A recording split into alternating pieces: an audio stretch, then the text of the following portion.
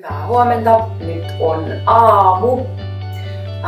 Aamu on mun mielestä jotenkin ihan ratkaisevassa roolissa meidän päivän suhteen, koska se, miten me aloitetaan meidän aamu, jotenkin laittaa sen sävyn sille koko päivän.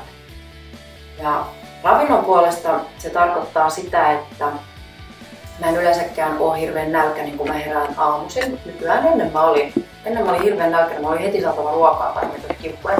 Ja nyt kissa kiipeä tonne, tuppa pois. Hippu. Hippu. Mut nykyään mä en oo aamuisin niin kauhean nälkäinen, niin se miten mä aloitan aamun on, että mä juon vettä. Mä oon jostain lukenut jotkut japanilaiset tai jotkut, mitkä ne oli. Ne juo aika montakin lasia vettä aamuisin ja se on jotenkin jossain tutkittu, että olisi osa jonkun väestönryhmän terveyden salaisuutta, joten ehkä siinä on jotain perää. Juon jotain emäksöivää juomaa, joskus, en aina aamuisin, mutta usein, että mulla on sitruunaa puristettuna siihen veteen tai sitten omenaviiniä tikkaa esimerkiksi ruokalusikallinen veteen, vesilasiin. Jotkut tykkää vetää ruokasoodaa, siihen ehkä myös vähän sitruunaa mukaan ja sekoittaa sen siis veteen. Jotain mä juon ihan rauhassa ja sitten kun mua alkaa nälättää siinä ehkä kun on noin tunti mennyt tai muuta. Yksi aamupala tietenkin mitä mä syön paljon on erilaiset smoothit, marja, hedelmä, vihersmoothit. Niistä ehkä sitten joskus enemmän lisää. Mutta tänä aamuna mä ajattelin tehdä itselleni, kun mun tekee mieli vähän niin kuin pureskella oikein kunnolla jotain ja lusikoida ruokaa.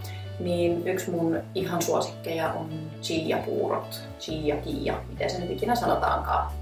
Ja tässä on semmonen hirveän helppo resepti siihen. Se on tosi helppo valmistaa, laittaa vaan noin siemenet ajoissa tulemaan, ettei niin siinä vaiheessa pitää syödä, niin sitä tulee voida valmistaa, kun siinä menee kuitenkin yli vartti. Mitä mä nyt laitoin tähän on chian siemeniä. Nämä on tämmöisiä tosi ravinnepitoisia siemeniä, jotka täytyy tosi liuottaa, koska ne on tämmöisiä kuivia käppyröitä, niin niiden kanssa pitää laittaa jotain nestettä. Mä käytän usein vettä, kaikkea muita ihania juomia, mitä mulla on. Ja nyt mä laitoin tämmöstä riisi-kookospähkinä juomaa, joka on siis täysin ilman mitään sokereita ja orgaanista. Eli siinä on kookosta, riisiä ja sitten myös ananasta käytetty mausteena. Eli siitä tulee semmoinen pikkasen makea, ei liian makea.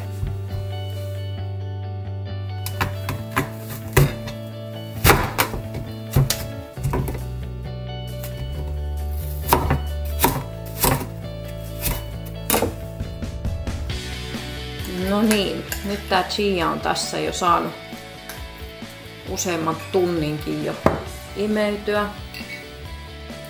Keksin tuossa muuta tekemistä välillä ja nappasin pari omenanpalaa pahimpaan nälkääni ja annoin tän imeytyä oikein kunnolla. Vähän lisää vettä siihen, että se on tommoista lötköä. Mä tykkään itse siitä sellaisena.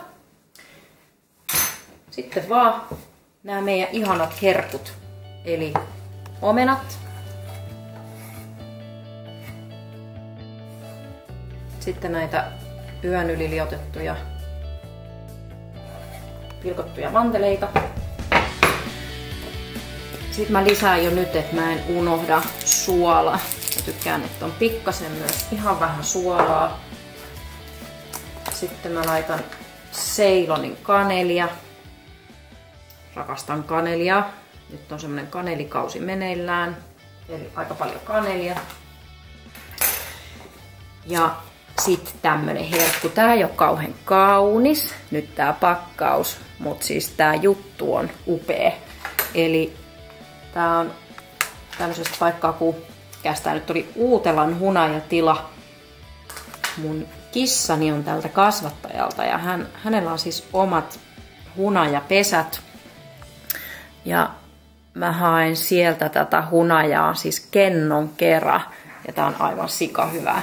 Mä en laita tätä hirveästi, mutta pikkasen, koska hunajakin on terveystuote silloin, kun se on näin raakalaatusta ja puhdasta.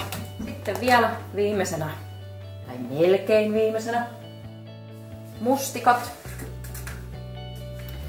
Jotain marjaa. Marjoista saadaan antioksidantteja vielä lisää. Ja sitten viimeisenä, koska mä rakastan meidän Suomen luontoa ja meidän kukkasia, niin tämmösiä oman puutarhan muutamia syötäviä kukkasia tänne joukkoon.